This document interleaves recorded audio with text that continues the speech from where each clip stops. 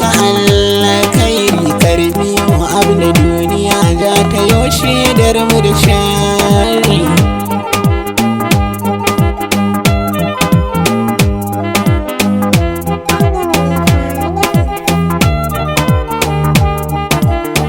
Mu duniya mu nemi lahira sai ma'aika alkhairi karbi abu da duniya za ta yoshe darmu da shari.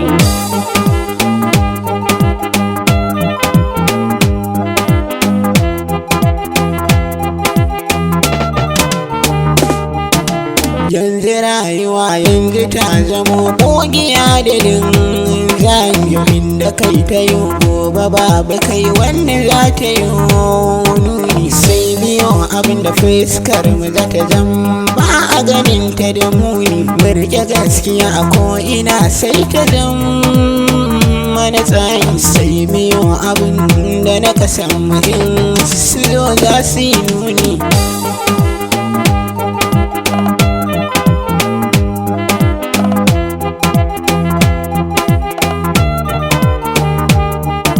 Ana ta rayuwa abinda babu sauƙi komai ya sanda sai mu ringa yin abinda za ya jam babu ja inda abinda kai a rayuwa ka sani Allah shi zai canza tanaji wa goben mu ta karki shi ne da yi hujja tanaji wa goben 'ya'yanmu wanda za su yi nuni. Mu samu duniya mu nemi lahira sai ma'aika alkhairi karbi abu da duniya za ta yoshe darmu da shari. Yau a duniya abinda muka yi da shi za a yi ganin mu kar ka manta kullum burin wasu sun ga faduwar mu idan muna ta nema muna samu burin su kare mu samu su manta cewa da Allah sarki wanda shi ke ba mu. Allah ina ta roƙon ka ƙara ba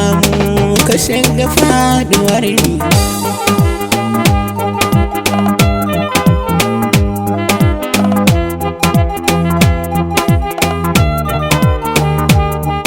Shiga ta nema ka tashi ka nema kar ka tsaya a baka a yau in baka da shi dan uwa ba wanda za ya baka. Ya yawan abokan ka sani wataran za su barka wani yana zama daban abin hannun ka in ya samu za ya barka. Sai yasa na ci zaman cikin duniya sai mun yi tunani. Mu samu duniya mu nemi lahira sai ma'aika alkhairi karbi abu da duniya za ta yoshe darmu da shari.